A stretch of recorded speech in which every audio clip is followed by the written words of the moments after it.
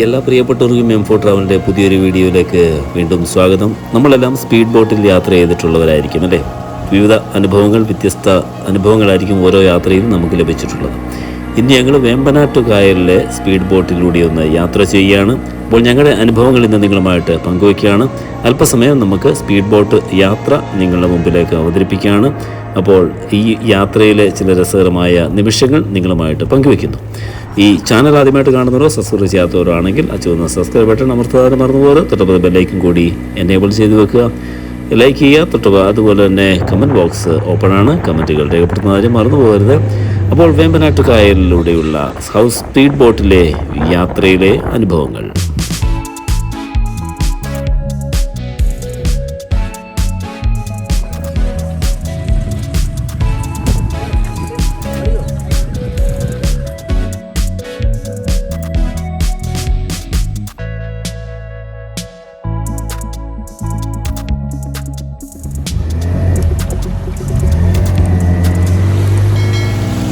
ഈ ഒരു സ്പീഡ് ബോട്ടിൽ നമുക്ക് 4 പേർക്ക് ഒരു സമയത്ത് യാത്ര ചെയ്യാം. അങ്ങനെ ഞങ്ങൾ 4 പേരാണ് ആ ബോട്ടിൽ ഇപ്പോൾ യാത്ര ചെയ്യുന്നത്.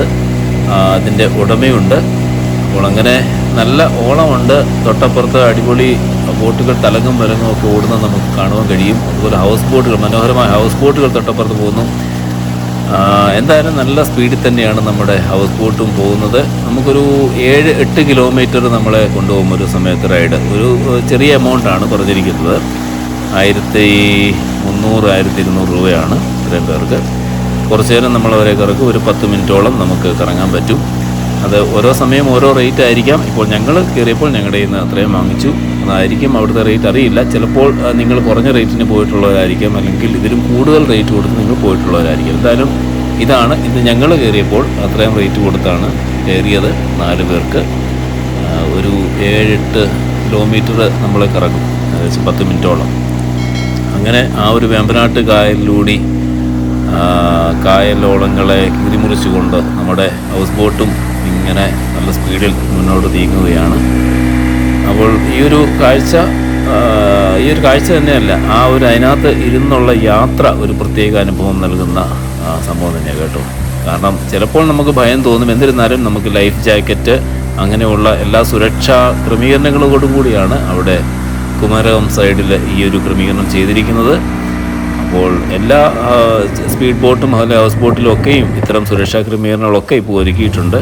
എന്നിരുന്നാലും കോവിഡ് കഴിഞ്ഞുള്ള ഈ ഒരു കാലഘട്ടം അവരെ സംബന്ധിച്ച് ഒരു പുതുജീവൻ ലഭിച്ചിരിക്കുകയാണ്. കാരണം കോവിഡിൻ്റെ സമയത്ത് കഴിഞ്ഞ ഒരു വർഷം 20-21 വർഷങ്ങളിൽ വലിയ പ്രതിസന്ധിയിലായിരുന്നു. കാരണം ടൂറിസ്റ്റുകളില്ല, ഓട്ടമില്ല, ആകെ പ്രതിസന്ധിയിൽ. എന്നാൽ ഇപ്പോൾ അവർക്കൊക്കെ ഒരു ചെറിയ സന്തോഷം അവരുടെ മുഖത്തൊക്കെ ഉണ്ട്. കാരണം ടൂറിസ്റ്റുകൾ വരാൻ തുടങ്ങി, ഇങ്ങനെയുള്ള യാത്രകളൊക്കെ ക്രമീകരിക്കാൻ തുടങ്ങി. അപ്പോൾ ഞങ്ങളും അവരുടെ സന്തോഷത്തിൽ ഞങ്ങളും ഒന്ന് പങ്കുചേരുകയായിരുന്നു. കാരണം നമുക്കറിയാം അവരുടെ ഒരു ബിസിനസ് എത്രമാത്രം ഡള്ളാവുന്നോ അത്രയും അവരുടെ വരുമാനം കുറയുകയാണ്. അപ്പോൾ നമുക്കറിയാം അവരുടെ വിഷമങ്ങൾ. അപ്പോൾ അവരെ സന്തോഷം, അതിൻ്റെ കൂടെ നമുക്കും ഒരു സന്തോഷം. ഇത്രയേ ഉള്ളൂ. അപ്പോൾ ഈ ഒരു സന്തോഷം നിങ്ങളിലേക്ക് എത്തിക്കുന്ന നിങ്ങളും കാണുക.